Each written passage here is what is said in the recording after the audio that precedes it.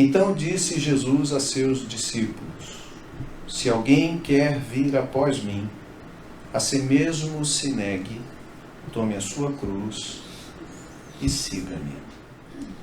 Tenho um amigo que há pouco tempo casou. E com pouco tempo de casado, ele estava vivendo um problema no seu casamento. Ele estava vivendo uma crise porque dizia ele que sua esposa, na verdade a reclamação era dela, ela não o estava compreendendo corretamente. O motivo das discussões e das desavenças,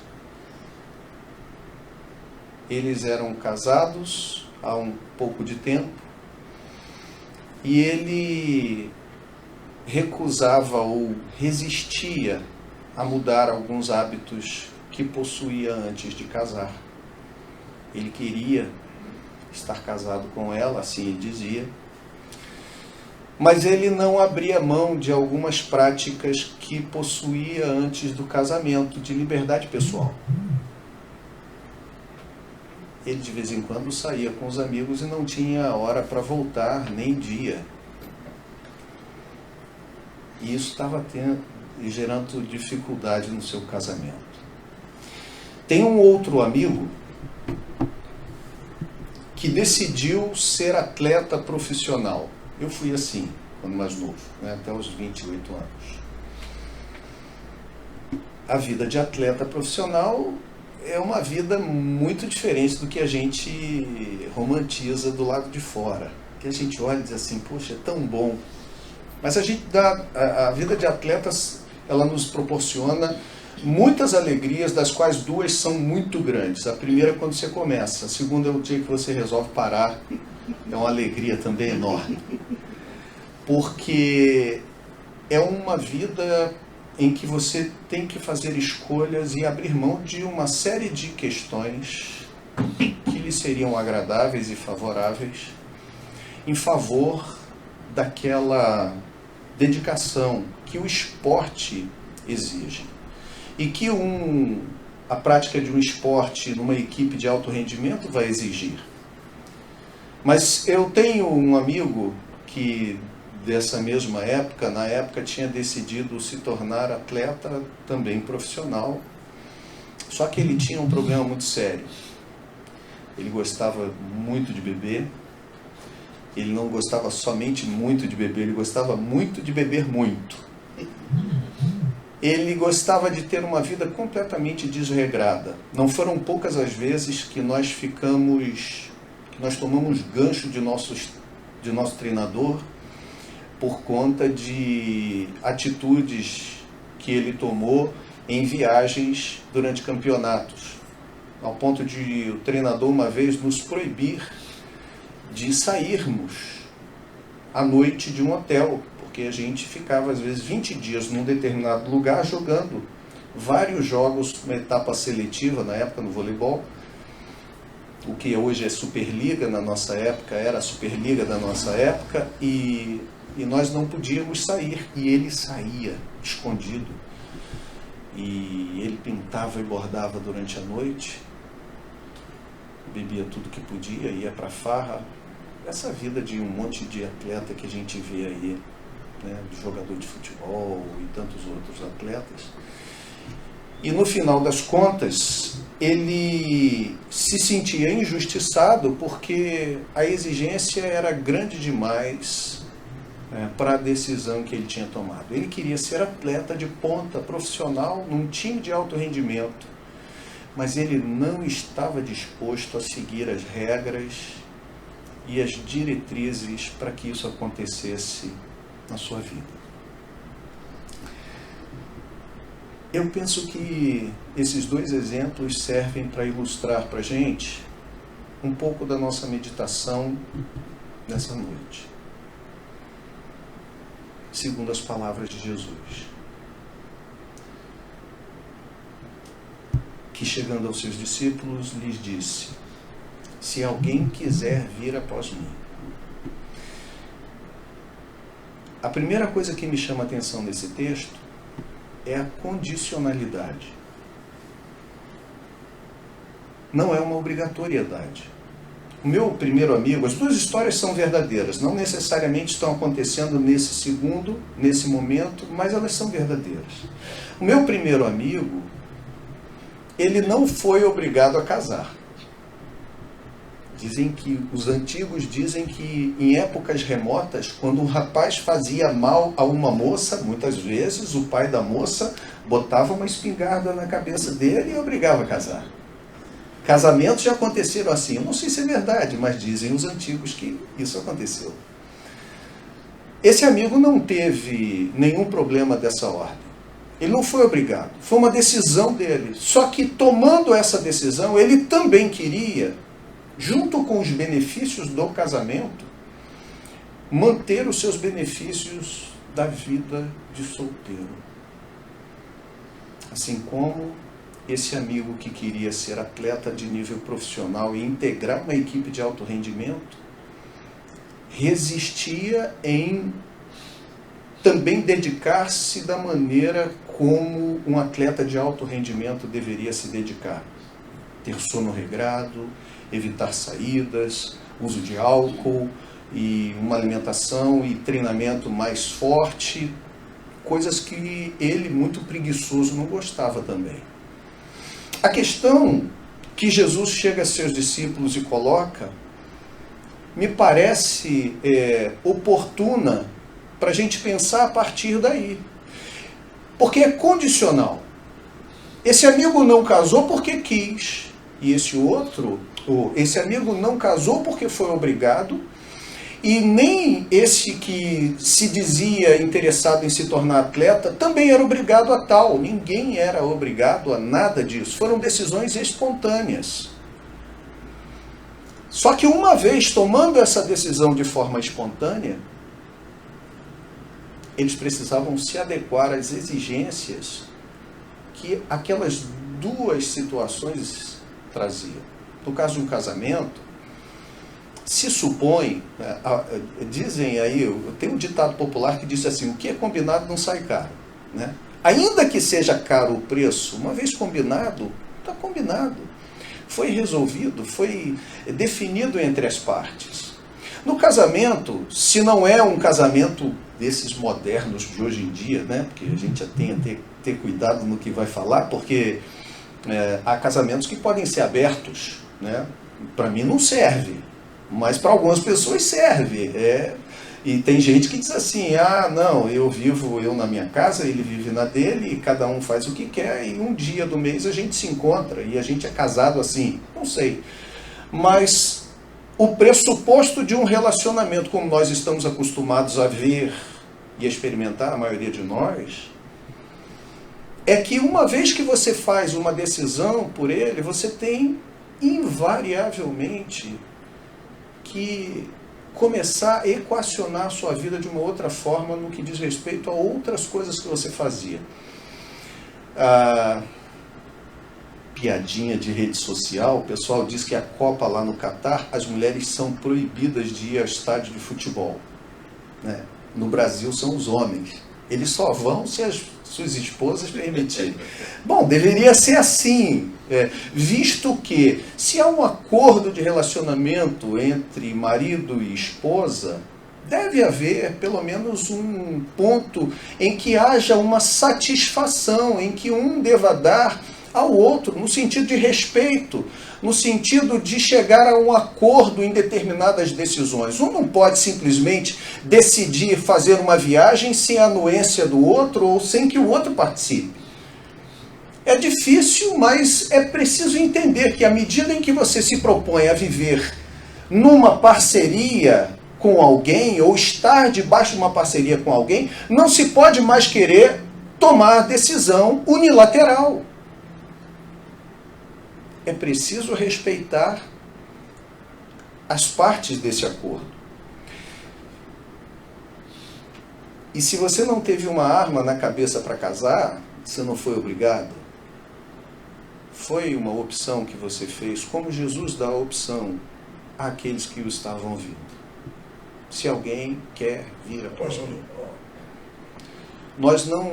Aqueles que ouviram, e nós que ouvimos hoje ainda, não somos obrigados a dizer sim. Nós podemos dizer não. O que nós não podemos é, dizendo sim, realizar algumas coisas a partir daí na nossa vida, como se Cristo nada tivesse conosco. E é interessante esse texto, porque o contexto dele é Mateus 16, 24, já está no finalzinho do capítulo 16 de Mateus, e se você perceber, Mateus relata 2 episódios muito interessantes que aconteceram anteriores a essa afirmação de Jesus. O primeiro é que Jesus havia chegado aos seus discípulos no início do capítulo 16, segundo registra Mateus, e pergunta aos seus discípulos: quem dizem os homens ser o Filho do Homem? A pergunta de Jesus é clara: olha, estão falando que eu sou quem? E os discípulos vão dizer: olha, uns dizem que tu és Jeremias, outros dizem que tu és Elias, ou um dos profetas. E a pergunta dele é: e vocês? Quem vocês dizem que eu sou? E Pedro, tomando aquela iniciativa que a gente conhece, diz: tu és o Cristo, o Filho do Deus vivo. E Jesus faz aquela célebre afirmação: bem-aventurado és tu, Simão Barjonas, que não foi carne nem sangue que tu revelou, mas meu Pai que está nos céus. Sobre esta pedra edificarei a minha igreja. Tem uma discussão aí sobre que pedra é essa, se é Pedro, se é a afirmação de Pedro. Mas o ponto é, Pedro entende, ou pelo menos responde, que Jesus é o Cristo. Ora, Cristo era o referente ao Messias do Antigo Testamento. Era o ungido, marcado, aquele que era o identificado da parte de Deus para cumprir a missão de resgate, que já havia sido profetizada há muito tempo, a vinda do Messias. Então, Pedro faz essa afirmação, e Jesus diz: muito bem, Pedro. Não foi carne nem sangue, isso foi do céu que você recebeu. Mas, então, visto que a afirmação é verdadeira, tu és o Cristo, Jesus mais à frente vai dizer: é necessário, portanto, então, que eu vá a Jerusalém e eu padeça nas mãos das autoridades de lá. E aí, então, o próprio Pedro, mais uma vez, chega para Jesus e diz: Senhor, mas se é assim, não faz isso contigo. Não precisa ir para lá. Não precisa se submeter a isso. E aí Jesus repreende Pedro, você lembra disso? Ele diz assim: arreda-te para trás de mim, Satanás, que não cogitas das coisas de Deus, mas das coisas dos homens. Ora, se na primeira afirmação de Pedro ele diz que Jesus é o Cristo veio para isso. Para morrer no lugar dos pecadores. Mas no momento seguinte, quando então Jesus diz: é para lá que eu vou e é essa missão que eu vou cumprir, Pedro vai e diz aquilo, né? Não faz isso com você. E Jesus diz: ó, você não está falando mais nada da parte de Deus, agora o que você fala é das coisas dos homens, você não cogita das coisas de Deus. E aí então, com base nisso, ou seja, em quem Jesus é, na afirmação de quem ele é o Cristo, e a sua missão que deveria ser realizada, e a repreensão que ele faz a Pedro, ele vira para os seus discípulos, verso 24, e vai dizer para aqueles que o estão ouvindo, os demais apóstolos, os demais discípulos. E ele diz assim: se alguém quiser vir após mim, negue-se a si mesmo, tome sua cruz a cada dia e siga-me. Então é nesse contexto agora que Jesus vai mostrar as implicações desse chamado. E já vai deixar de modo estampado para os seus discípulos que estão ali o preço da vida cristã. Se alguém quiser vir após mim. Você é livre para dizer não. Como o meu amigo, quando o pastor, não, o padre, ele casou na igreja católica. Quando o padre perguntou, é por livre e espontânea vontade? Ele disse, sim. Você é livre para dizer não. Agora, dizendo sim ao chamado de Deus para a sua vida, em primeiro lugar, você não pode continuar tendo a si mesmo como referência. Negue-se a si mesmo. Disse Jesus aos seus discípulos, quem quiser vir após mim, negue-se a si mesmo. A primeira questão, então, é essa. Você é livre para dizer não. Mas você não pode, dizendo sim, continuar tendo a si mesmo como referência para a sua vida.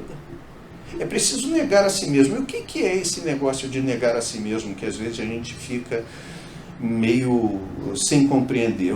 Eu peguei aqui pelo menos uns 3 comentaristas que falam sobre essa perspectiva. Tem um chamado R.V.G. Tasker, que comenta esse texto, que ele diz assim, a penosa lição que Pedro e os demais apóstolos tinham que aprender agora era que seguir a Jesus significava seguir um Jesus crucificado. Jesus já disse, olha, sou Cristo, beleza, o Cristo vai crucificar.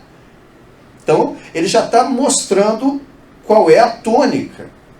Por conseguinte, Jesus se volta para os seus discípulos e lhes explica o que o discipulado envolve na esfera da conduta. Significa dizer não ao ego imperioso e pecaminoso, que não somente se põe em primeiro lugar, mas faz da segurança primeiro o seu objetivo primário. Tasker, então, diz que negar a si mesmo significa tirar esse ego imperioso, sobretudo o ego que nós temos, que se põe em primeiro lugar, sobretudo no que diz respeito à nossa própria segurança.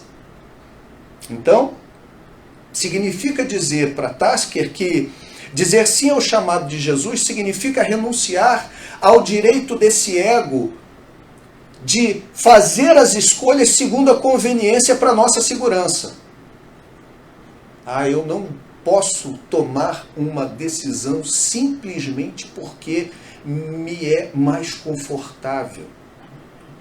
Porque se eu assumir essa caminhada com Cristo de discipulado, antes de qualquer coisa, devo eu perguntar a Ele o que Ele espera de mim. É Ele que precisa ir para o centro. Eu preciso ser tirado do centro. Eu preciso ser tirado do centro das decisões. Outro autor, chamado Fritz Heinecker, é Heinecker, não é Heineken não, hein, gente? Diz assim, renuncie a si mesmo significa rejeite-se a si próprio, no seguinte sentido. Negar-se a si mesmo significa caçar o direito de existir do nosso eu melindroso, autoritário e teimoso. Significa cortar e negar a esse eu tudo que não combina com as exigências de Jesus. Em outras palavras, se aquilo que eu quero é conflito ou conflitua com aquilo que Jesus quer, é preciso que eu coloque esse meu eu e essa minha decisão pessoal de lado. Francis Davidson, terceiro comentarista, diz o seguinte: define-se a atitude do discípulo em relação ao mundo neste contexto. Sua atitude para consigo é de autonegação, abdicando o trono ocupado por seu ego. Davidson diz que nós temos um trono na nossa vida que geralmente é ocupado pelo nosso ego. Minha mãe não vai ouvir isso aqui, eu espero que ela não ouça nunca, tadinha, porque talvez ela se envergonhe do que eu vou falar aqui.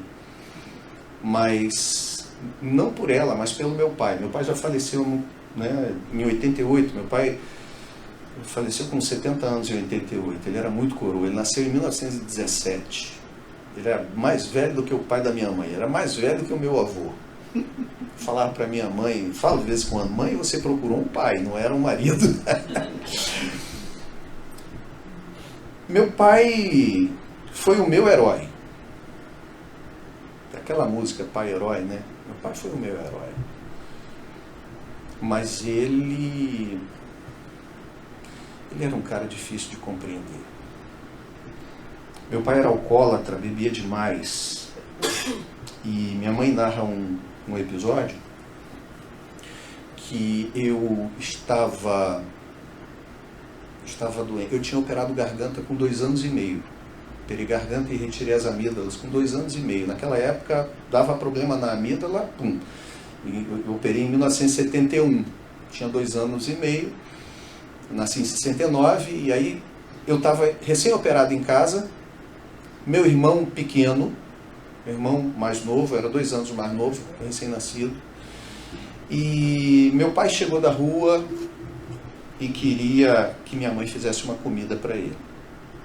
Parar aquele das antigas, né? Então era isso. Tinha que parar tudo para servi-lo. E minha mãe disse então assim para o meu pai, nessa época minha mãe tinha 24, 26 anos de idade. Ela disse assim: Zé, deixa eu terminar de cuidar de Luiz e de Mário, que eu vou fazer a comida para você. Meu pai tinha vindo da rua com leite e com peixe, e ele queria que minha mãe fizesse peixe. Havia uma passagem, um arco assim entre a sala e a cozinha, e meu pai, egocêntrico, quando minha mãe disse, deixa primeiro eu cuidar das crianças, minha mãe conta isso, ele pegou os peixes que tinha comprado, botou eles todinhos assim, enfileirados no chão, e pegou aquele leite todo que ele havia trazido e derramou em cima dos peixes. E virou para minha mãe e disse assim, primeiro eu, segundo eu, terceiro eu, depois você cuida das crianças. Essa era a mentalidade dele. A mentalidade de um ego forte, de um ego desproporcional. Talvez qualquer um de nós aqui diga assim, eu não tinha preparado isso como ilustração, não. Apenas pensei. Talvez qualquer um de nós aqui pense assim, isso é um exagero. Ainda que a gente pense nas nossas decisões e tudo mais, diga assim, poxa, exagero, que coisa absurda. É um exagero. Mas talvez em doses menores ou de maneira mais sutil, nós, na nossa vida cristã, também tomemos decisões dessa forma. Quando por muitas vezes nós somos confrontados com algumas das realidades que a vida cristã nos impõe, e a gente pensa, primeiro eu, segundo eu, terceiro eu, e se não pensa, até age, porque inconscientemente é assim que pensa. Então eu quero resolver logo o meu problema. Me parece aqueles retiros, né? Quando a gente faz a hora do almoço, a gente prega sobre comunhão cristã, que bênção, dê a oportunidade ao seu irmão, até a hora do almoço. Porque quando faz a fila do almoço, fizemos um retiro agora no final desse ano, agora em setembro, que eu estava resolvendo algumas coisas da chegada, quando eu cheguei para comer já tinha acabado. Fizemos um retiro de carnaval em um determinado período que muitas pessoas não comeram, porque um jovem comeu 23 almôndegas, meu sogro contou. Ele sozinho comeu 23 almôndegas. Então ele comeu a almôndega que era para mim, ele comeu a almôndega que era para o outro pastor, que era para os outros irmãos. É quando a gente percebe que o instinto da sobrevivência, que o ego que diz assim, primeiro eu, segundo eu, terceiro eu, se manifesta de maneira sutil no nosso próprio meio. Quando a gente toma decisões pequenas como essa. No dia a dia da nossa vida cristã. Você pode dizer não. O que você não pode é dizendo sim. Ter a si mesmo como referência para as suas decisões. Segundo lugar, você pode dizer não. Você é livre para dizer não. O que você não pode é dizendo sim ter os seus projetos como referência antes dos de Deus. Negue-se a si mesmo, tome a sua cruz a cada dia.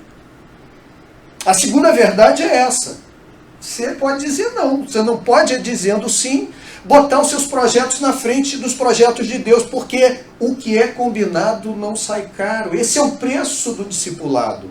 Esse é o preço de ser discípulo. O original, então, quer dizer esse tomar sobre si. Francis Davidson diz que significa levantar. Ele diz que a palavra é mais forte do que a nossa tradução ela faz, porque implica que a cruz deve ser levantada para que todos possam vê-la. Significa dizer que tomar a cruz, ou levantar essa cruz, ou colocar essa cruz. A ideia de Davidson é aquele camarada que já saía com a viga transversal, ou a viga horizontal, nas costas, pelas ruas, até chegar naquele lugar onde essa viga era presa naquela viga que seria posta na vertical. Ele já era escarnecido, já ficava evidente para todo mundo qual era a missão daquela pessoa. Na verdade, qual era o tipo de pena que ele estava sofrendo. Era um escárnio, era uma zombaria. Aquilo já devia ficar evidente para todos. O que ele diz, então, é que tomar sobre si a sua cruz significa deixar estampado para todos que o seu novo projeto de vida não é o projeto da sua escolha, mas é o projeto da escolha de Deus. É o projeto que Deus escolheu para você. Abra um parênteses aqui, um parênteses. Que projeto Deus tem escolhido para você em contraste com o projeto que você tem escolhido para você?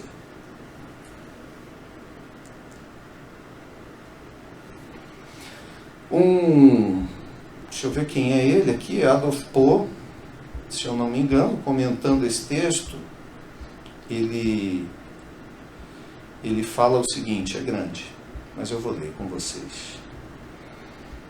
Porque, afinal de contas, a pergunta também pode ser, mas o que é a minha cruz, Luiz? Tem gente que diz que a cruz é a sogra. Olha, minha sogra é a minha cruz. Olha, essa mulher é a minha sina, né? Tem gente que fala isso. Às vezes a gente confunde, mas é engraçado que isso não é... Isso, eu brinco a beça com a minha sogra, gente, mas a minha sogra é gente muito boa. É gente muito boa. Mas já briguei com ela. No início do casamento com a minha filha, ela puxa muita sardinha para o lado da minha esposa. No início do casamento, meu casamento com a minha esposa, ela puxa muita brasa para a sardinha da minha esposa. Eu sempre falei isso para ela, falei, Conceição, pelo amor de Deus, você precisa dizer quando sua filha está errada, que ela está errada, isso é saudável para ela também, mas ela não diz não tem jeito. E a minha esposa, Alessandra, vai pelo mesmo caminho com nossa filha, Bárbara. E eu tenho que chamar a atenção dela. Fala assim, Alessandra, você não vai ajudar a Bárbara se você estiver colocando ela como certa quando ela está errada. Coisas de mulher, né? Coisas de mamãe com filha. E rapaz, isso é um negócio brabo. Mãe com filha é um terror. Mas o que é, afinal de contas, a cruz, ou a sogra? A cruz. Isso não é um ponto de acordo de todos os teólogos. Um diz assim, portanto, quem quer estar com Jesus precisa deixar que só Deus decida sobre sua vida. Sua relação com a sociedade, porém, também se esclarece. Tome sua cruz. Na época de Jesus, diz ele, essa expressão figurada era compreensível de imediato. Quando Jesus disse isso, todo mundo entendeu. Porque as pessoas estavam acostumadas a ver, vez por outra, alguém com uma cruz já trilhando aquele caminho da crucificação. Era uma condenação romana, sobretudo para os chamados crimes de sedição, os crimes de motim contra o império. Crimes assim muito graves, que atingiam vamos dizer, talvez assim, a estabilidade do império romano. Né? Então, a pessoa era punida com um crime como se fosse um crime de traição diante do império. Então, ele diz assim, as pessoas já compreendiam, pois todos podiam contemplar livremente as peculiaridades da pena da crucificação. Diferentemente de outras formas de execução, a crucificação era aplicada quando se queria tirar de um criminoso não somente a sua vida, mas também a sua honra. Quando se queria expô-lo ao desprezo absoluto e à aniquilação moral. O escárnio não começava somente na cruz, mas desabava sobre a cabeça do condenado assim que ele colocava o pé na rua com a viga transversal sobre os ombros, diante da população que uivava. Ele já podia ser considerado morto e, enquanto cambaleava sob o peso da viga pelo corredor polonês da multidão, qualquer pessoa podia castigá-lo com um golpe ou pontapé, cuspir ou jogar sujeira nele, ou mesmo amaldiçoá-lo, diz Joaquim Jeremias. Desde o instante do anúncio da pena no interior do prédio do tribunal, ele era um fora da lei. Por isso, a cruz não é simplesmente uma desventura física. Para esse autor, a cruz não é só uma desventura física, nem um sofrimento interior qualquer, já que há sofrimentos horrorosos. Tomar a cruz sobre si é, acima de tudo, concordar com o sofrimento que nos isola, faz as pessoas balançarem a cabeça quando nos veem e, no fundo, faz com que ninguém, além de Jesus, nos entenda direito.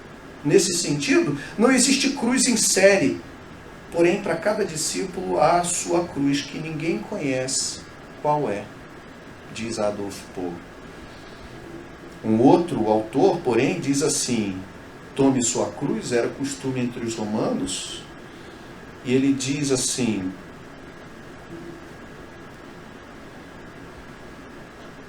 entre os romanos, que o condenado à morte tinha de carregar pessoalmente o meio de sua execução até o lugar do suplício. Tomar sua cruz sobre si quer dizer tomar firme e decididamente na mão o meio de execução do seu próprio eu. Cada um tem a sua cruz particular ordenada por Deus, que significa para ele a morte. Olha o que esse autor diz.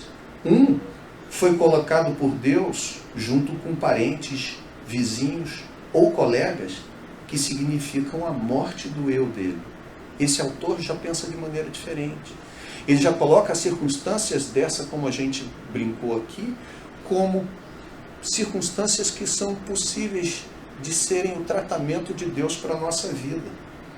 A outro, Deus deu um trabalho com dificuldades que significam a morte para seu eu. Ao terceiro, Deus concedeu necessidades físicas que o incomodam diariamente.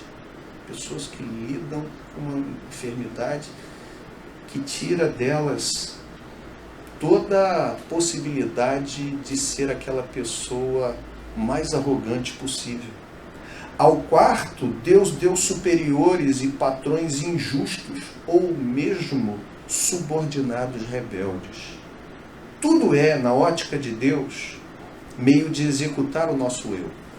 É ordenado por Deus e constitui sinal de seu amor, é plano dele, no qual nada pode ser avaliado como negativo, mas tudo somente como positivo. Por quê? É da seguinte maneira que temos de entender a palavra tome sua cruz e siga-me. Com um olhar interior, observe atentamente a vida terrena do seu mestre. Seja como for, eu concordo com as palavras de um autor, Leon Morris, que diz, Lucas nos diz que esta não é uma coisa que pode ser acabada e removida do caminho, é uma coisa que deve ser feita dia a dia. Significa que é uma missão, é um estampar de que somos da mesma categoria daquele que morreu na cruz, nós somos iguais a eles ou semelhantes a ele, e isso precisa ficar estampado para as pessoas. E isso não é uma coisa que a gente faz uma vez só na vida. Isso é uma coisa que acontece diariamente. Talvez, às vezes, no nosso ambiente de trabalho, onde somos desafiados, escarnecidos por causa da nossa fé, ou mesmo uma moça mais nova, ou um jovem mais novo, que é escarnecido dentro da universidade, porque é colocado numa posição inferior, porque diz crer numa realidade que a ciência não aprova, ou mesmo uma atitude moral diante de um mundo que banaliza tantas questões morais hoje em dia, e que uma jovem ou um rapaz não fazer parte desse mesmo tipo de pensamento é colocado como um ET. Eu me lembro de uma jovem da nossa igreja, jovem apenas que ela fazia parte dos jovens, né? Porque tem isso, né, gente? Igreja tem isso, né? Você é jovem por quê? Ah, não, só porque não é casado. O cara está com 40 anos, ele faz parte dos jovens. Mas não casou, é jovem. E essa irmãzinha tinha 30 e alguma coisa, não que isso seja muito, para quem já está com 53, isso é alegria, né, poder voltar aos 30.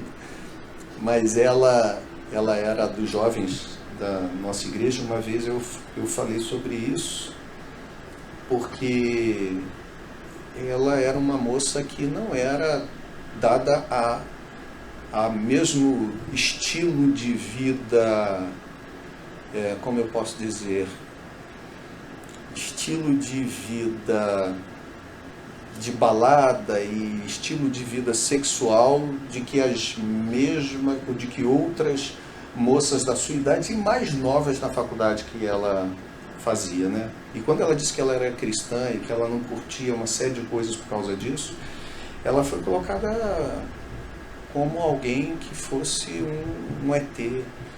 Ela foi discriminada porque ela era uma mulher de 30 e poucos anos que... Como é que pode essa moça não ter uma vida sexualmente ativa, mesmo porque ela não tinha relacionamento com ninguém, mesmo não tendo nenhum namorado? Isso é hoje normal dentro da universidade, dentro da vida dos jovens. Mas ela deixava estampado que a missão, ela andava com uma viga transversal nas costas, a mesma que eu e você precisamos andar. A gente pode dizer não, mas se a gente disser sim, tem que botar essa viga nas costas. E por fim, a gente pode dizer não. A gente só não pode, dizendo sim, ter a nossa própria direção como referência para a nossa vida. A direção agora é siga-me. Somos nós quem seguimos. Nesse sentido, agora a nossa vida é reativa. Ou seja, eu reajo à direção que Deus me dá. Não sou eu que tomo a dianteira e tomo as direções do que fazer.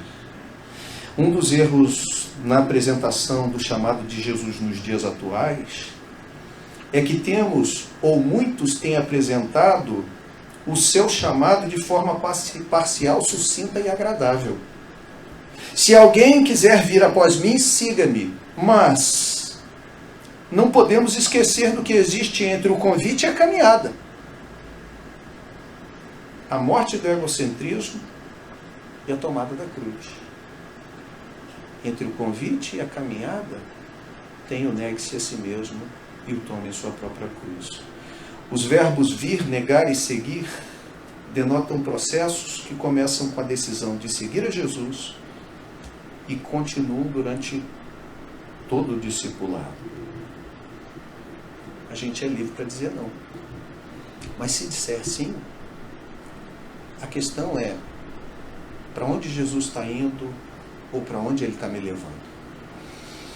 Aqui eu quero concluir então e pensar com você em algumas possibilidades apenas de reflexão. As pessoas querem ter um bom casamento,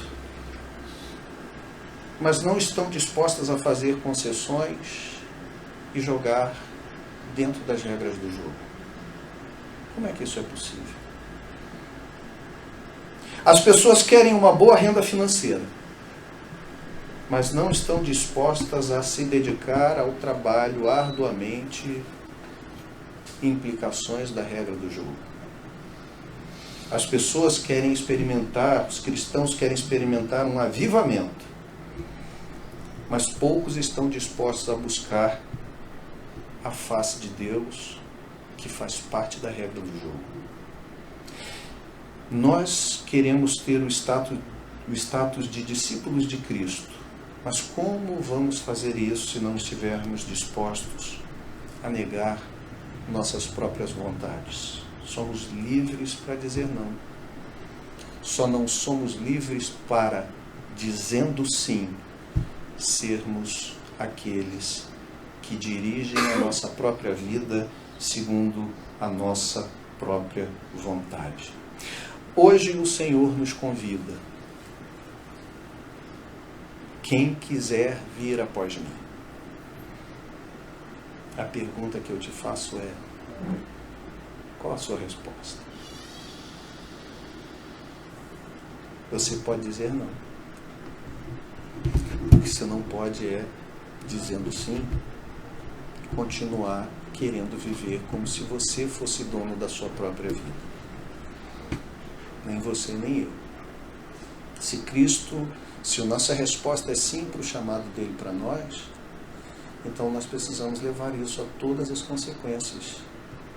E isso inclui colocar Cristo antes das nossas decisões, a missão de Cristo antes dos nossos projetos pessoais e a pessoa de Cristo reinando no trono da nossa vida antes de nós mesmos. Que o Senhor possa nos abençoar. Que nessa noite a gente possa pensar sobre isso, meditar sobre isso. O que é combinado não sai caro. E Jesus não furta da gente, não nos tira o direito de saber quais as implicações desse chamado. Você é livre para dizer não. Só não pode dizer sim e querer viver do seu jeito. Temos aqui, irmãos, mais uma oportunidade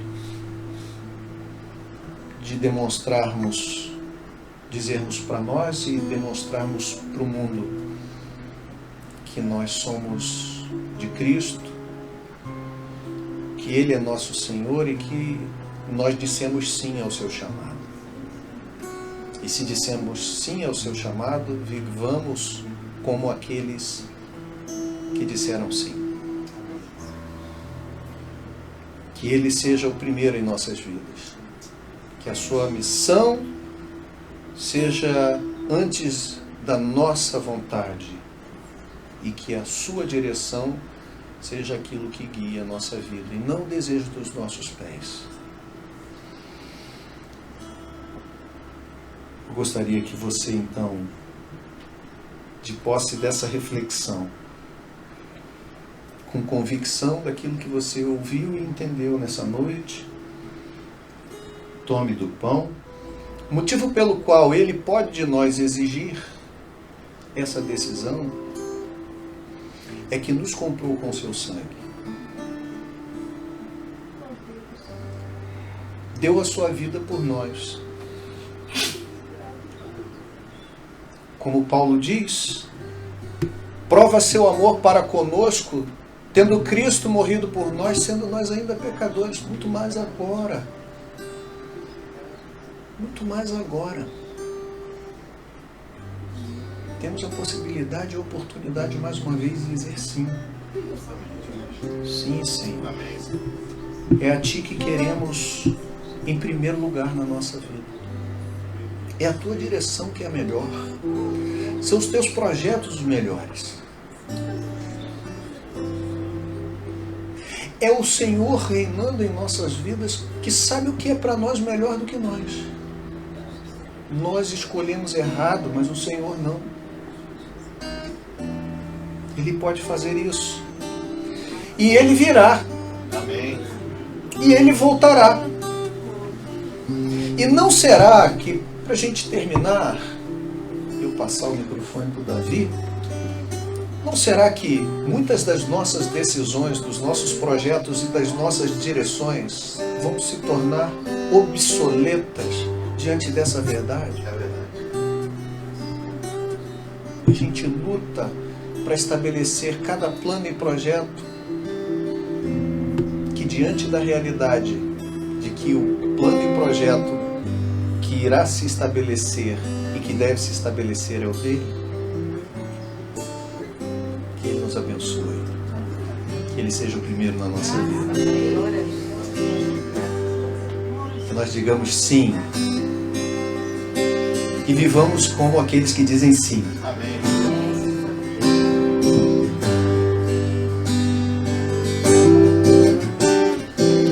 Ele exaltado, o Rei exaltado nos céus. Eu louvarei, Ele exaltado, para sempre exaltar o seu nome. Louvarei,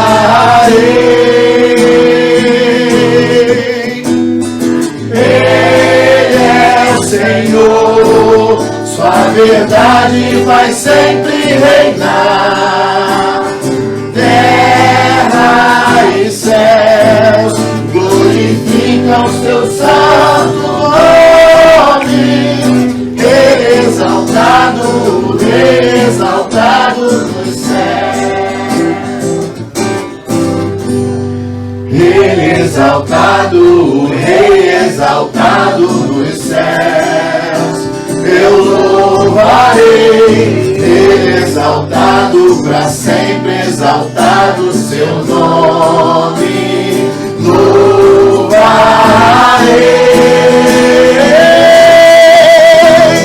Ele é o Senhor, sua verdade vai sempre reinar.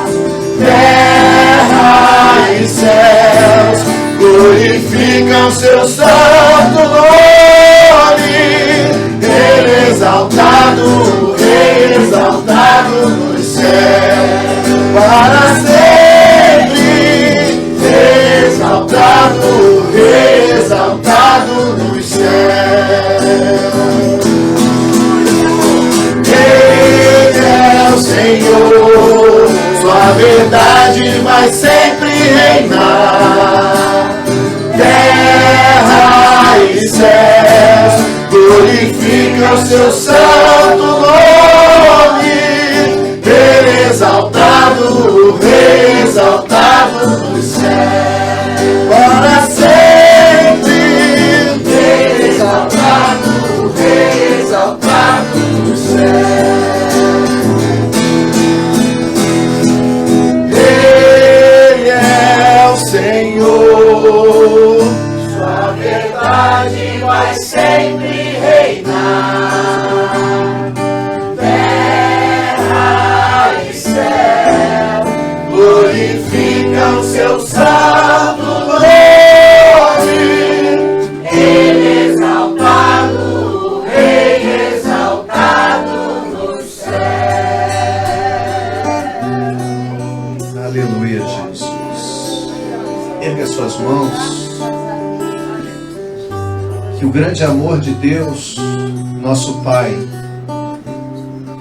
manifesto na graça maravilhosa de Jesus Cristo, seu Filho, nosso Senhor e Salvador, e as doces, ternas e eternas consolações do Espírito Santo de Deus, seja sobre você, meu irmão, minha irmã, seja sobre a sua casa, seja sobre você hoje, amanhã, essa semana, seja sobre você em todo o tempo, sobre toda a igreja de Cristo que se reúne sobre essa terra e aguarda ansiosamente pela sua volta e diz: Maranata, vem Senhor Jesus.